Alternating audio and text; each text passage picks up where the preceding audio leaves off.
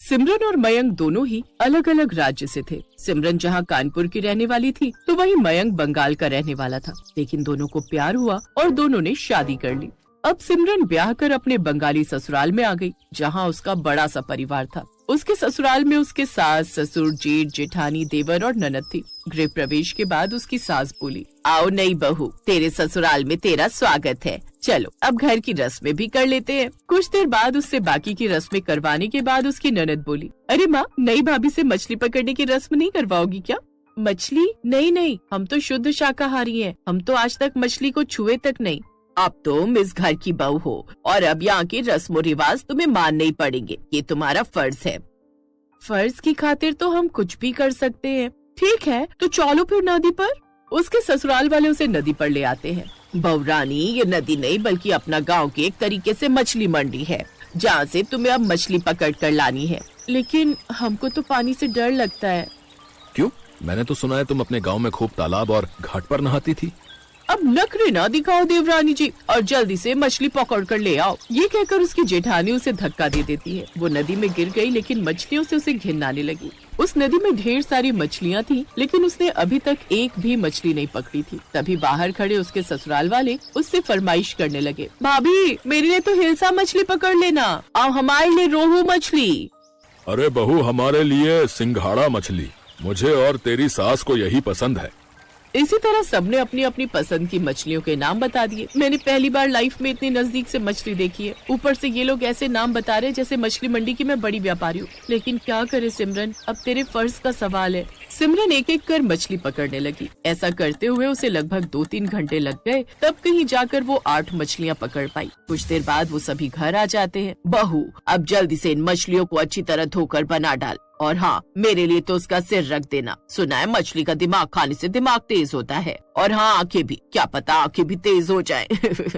जी माँ जी। सिमरन अब YouTube पर मछली बनाने की रेसिपी देखने लगी और उसे देखकर उसने मछली बना डाली। फिर किसी तरह सबने मछलियाँ खाई सिवाय सिमरन के, और वो भूखे पेट ही सो गई।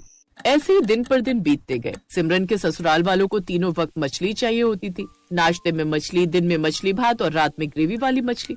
ऐसे कुछ दिन बीते। अब सिमरन गर्भवती हो गई। फिर एक रोज, ये देखो ममता, मैं कितनी बढ़िया और इतनी बड़ी मछली पकड़ कर लाया हूँ। आज हम सभी दोस्त मछली वाली नदी में गए थे नहाने के लिए, वहीं से इसे पकड़ कर लाया हूँ।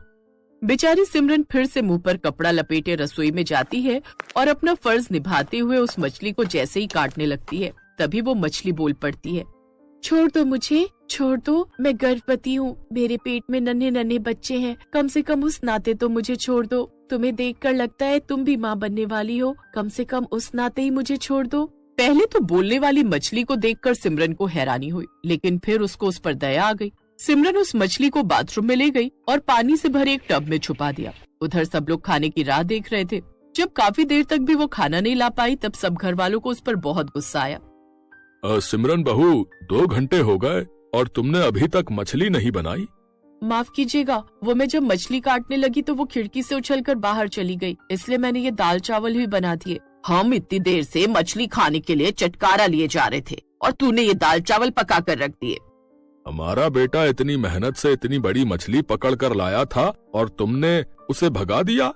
ये ऐसी गलती ना करे, इसलिए इसको सबक सिखाना जरूरी है, मारो इसे। सभी मिलकर उसे मारने लगते हैं। अपने परिवार के सामने मयंक भी उसे कुछ नहीं बोल पाता, लेकिन उस मछली की खातिर सिमरन वो मार भी सह लेती है। फिर शाम को सबके सोने के बाद, चिंता मत करो, मैंने किसी को तुम्हारे बारे में कुछ नहीं कहा। तुम्हारे चेहरे पर ये निशान कैसे है? वो मैंने उनसे बोल दिया कि मछली काटते वक्त वो उछलकर भाग गई, इसलिए गुस्सा होकर मेरे ससुराल वालों ने मुझे खूब मारा पीटा। क्या तुमने मेरे लिए मार खाई? मैं जानती हूँ तुम भी भूखी हो, लेकिन तुम चिंता मत करो, मैं एक जादुई मछली हूँ, मैं तुम्हारे लिए शाकाहारी खाना अभी पेश करती हूँ। वो मछली अपने जादू से कई तरह के पकवान पेश करती है। फिर दोनों अपना अपना खाना खाने लगी। कुछ देर सिमरन वहीं बैठ गई और उस मछली से अपना सुख दुख बांटने लगी। जब से हम ब्याह कर यहाँ आए हैं ना, हमें बिल्कुल भी अपनापन नहीं लगा यहाँ, लेकिन तुमसे बात करके मन काफी हल्का हो गया। तभी बाथरूम के बाहर से मयंक की आवाज आई। मछली ने अपने जादू से वो खाना गायब कर दिया और खुद टब के अंदर पानी में छुप गई। दरवाजा खोल सिमरन बाहर आई। मैं देख रहा हूँ तुम आजकल अपना समय कुछ ज्यादा ही बाथरूम में बिताने लगी हो। जी, वो बस थोड़ी गैस बन गई थी। अच्छा ठीक है, काफी रात हो गई है, चलो अब चलकर सो जाते हैं।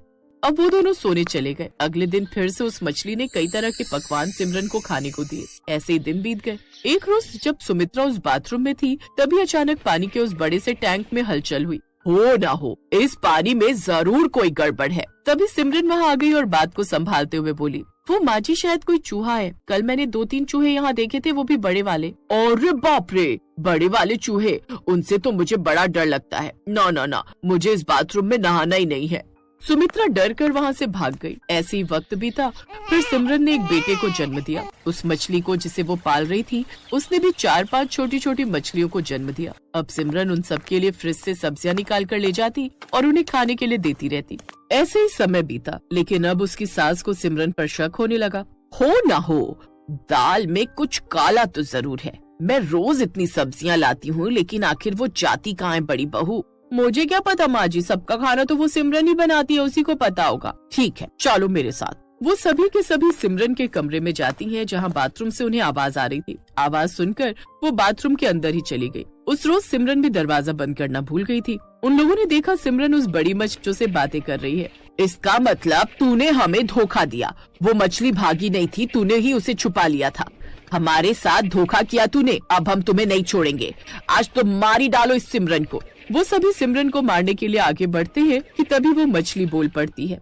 रुक जाओ सब, तुम लोग इंसान होकर इतने बड़े पापी हो सकते हो? ये तो हम मछलियों ने कभी नहीं सोचा था। सारे जीव एक दूसरे को खाते हैं, इसमें कोई पाप नहीं। लेकिन ये सिमरन, ये तो बेचारी शाकाहारी है। इसके लिए तुम शाकाहारी खाने की व्यवस्था नहीं कर सकते? जब ये शाकाहारी होकर तुम सबके लिए मांसाहारी खाना बना सकती है, तो तुम लोगों को भी तो इसके बारे में सोचना चाहिए ना। और मयंक, तुम तो प्यार कर अपनी पसंद से इसे ब्याह कर लाए थे ना, फिर इसके साथ ये सब। और बुढ़िया, तुझे मछली की आंखें खाने का बहुत शौक है ना। अब से तेरी आंखें ही नहीं रहेंगी और तुम सबका शरीर भी मछली जैसा बन जाएगा। तभी उन सबका शरीर भी मछली जैसा बन जाता है।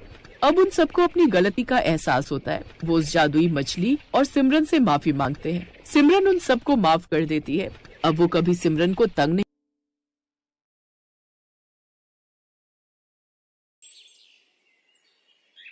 अनिकेत मेहरा खानदान का